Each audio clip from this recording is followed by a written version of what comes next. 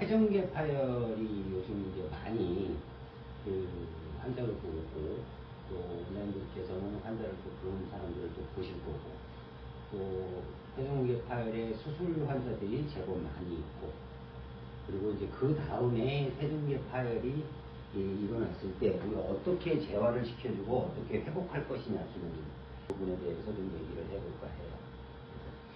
이 회전근개 파열이라는 것들이 아주 빈번하게 발생을 할 때 왜 회전근개 근육 중에 하나가 파열이 되게 되면 왜 기능적으로 기능이 떨어지고 경관절의 기능이 떨어지고 또 그 기능이 떨어짐으로 인해서 통증을 발생하고 이러한 것들이 왜 그런가 서부터 시작을 해야지만 그래야지만 우리가 그 회복을 하는 데 있어서 정상을 잘 알아야지만 우리가 비정상을 회복시켜주는 그런 과정을 거칠 수 있거든요. 이 회전근개 파열을 보기 이전에 일단 경관절에 대해서 아주 러프하게 짧게 한번 그 해부학을 잠깐 보고 그 다음에 이제 회전근개 파열로 직접 한번 보도록 하겠습니다. 자, 우리는 어깨관절을 갖다 우리가 굉장히 자유스럽죠. 자유스럽게 오는 자유도 3도의 관절이에요. 자유도 3도의 관절이고 형태상으로는 우리는 뭐 어깨관절 그러면 대표적으로 그렇게 얘기를 하죠. 구상관절이다 이렇게 얘기를 하는데 그렇게 표현할 수는 없어요. 어깨관절을 그거는 하나의 어깨관절을 구성하는 관절 중에 하나를 그냥 표현하는 방법이고 어깨관절, 숄더 거드라는 거 여러 개의 관절이 모여서 하나의 관절 형태를 만들기 때문에 우리가 그냥 볼앤 소켓 조인트다, 즉 구상관절이라고 얘기하는 것은 아주 그 중에 하나의 관절을 대표적으로 얘기하는 것 뿐이다 라는 것이요. 그래서 구상관절이라는 것은 일단 자유도가 높다라는 것은 움직임이 굉장히 많다라는 뜻이다라는 거죠. 자유도가 높은 그런 구상관절이 움직일 때에 주로 움직이는 것이 우리가 뭐겠어요? 팔이잖아요. 팔이 움직이는 걸 갖다 우리가 어깨관절의 움직임을 대표하는 것처럼 얘기하지만 실질적으로 안 보이게 여러 개의 관절이 그 움직임의 조합을 이루어서 하나의 형태로 일치된 움직임으로 만들어지는 것이 우리 경관절의 움직임이다 라고 해서 우리는 경관절을 갖다가 그냥 숄더 조인트 또는 이렇게 얘기를 하는 것보다는 여러 개의 작은 관절이 하나로 뭉쳐서 관절을 이룬다라는 뜻으로 해가지고 우리는 숄더 거들 그래가지고 견갑대 이렇게 표현하기도 합니다. 그렇다면 그렇게도 표현을 하지만 사실은 뭐라고도 얘기를 해요. 우리가 합동관절이다 이렇게 얘기를 해요. 그래서 컨그루언스 이렇게 얘기를 하는데 왜 합동관절이냐라는 것들은 하나하나의 구성된 관절의 형태들을 보게 되면 이제 그것들이 어떻게 구성되는가를 보면 안다 이거죠. 그래서 어깨관절은 몇 개의 관절로 이루어져 있다? 4개 내지 5개라고 얘기도 한다. 4개라 그러기도 하고 5개라고도 얘기도 한다. 이렇게 표현을 합니다. 그래서 요즘은 이제 전반적으로 우리는 5개의 관절이다. 이렇게 표현을 해서 해부학적인 관절 3개, 생리학적인 관절 2개. 여기서 얘기하는 해부학적이다. 애네토미칼하다라는 것들은 해부학은 뭐예요? 해부학은 이제 앞으로 우리는 그렇게 표현을 할 거예요. 해부학이다 라고 얘기하면 애네토미다 이렇게 얘기하면 구조를 얘기하는 거고 생리학적이다 라고 얘기하는 것은 왜 생리적이라는 것 기능을 얘기하는 거예요. 그러니까 해부학적 관절이다 그러면 구조를 가지고 있는 관절이 3개가 있고 생리학적인 관절이다 구조는 없지만 어떤 관절의 형태를 갖지는 않지만 관절의 기능 움직임을 한다 라는 관절을 갖다 우리가 기능적으로 관절한다 관절의 기능을 한다 라는 표현으로 갈 수 있겠죠. 그래서 2개의 생리학적인 관절로 이루어진다 라고 얘기를 해서 우리는 이 모든 것을 합쳐서 우리는 뭐라 그런다? 숄더 거들 또는 견갑대 이렇게 표현을 하는 거죠. 자, 그 구성을 보게 되면 제일 먼저 어깨의 그 견갑대를 구성하는 뼈는 몇 개다? 뼈는 여기 그림에 보듯이 대체적으로 우리가 책에서 보면 3개 이렇게 표현을 하는데 사실은 4개죠. 그죠? 어느 거?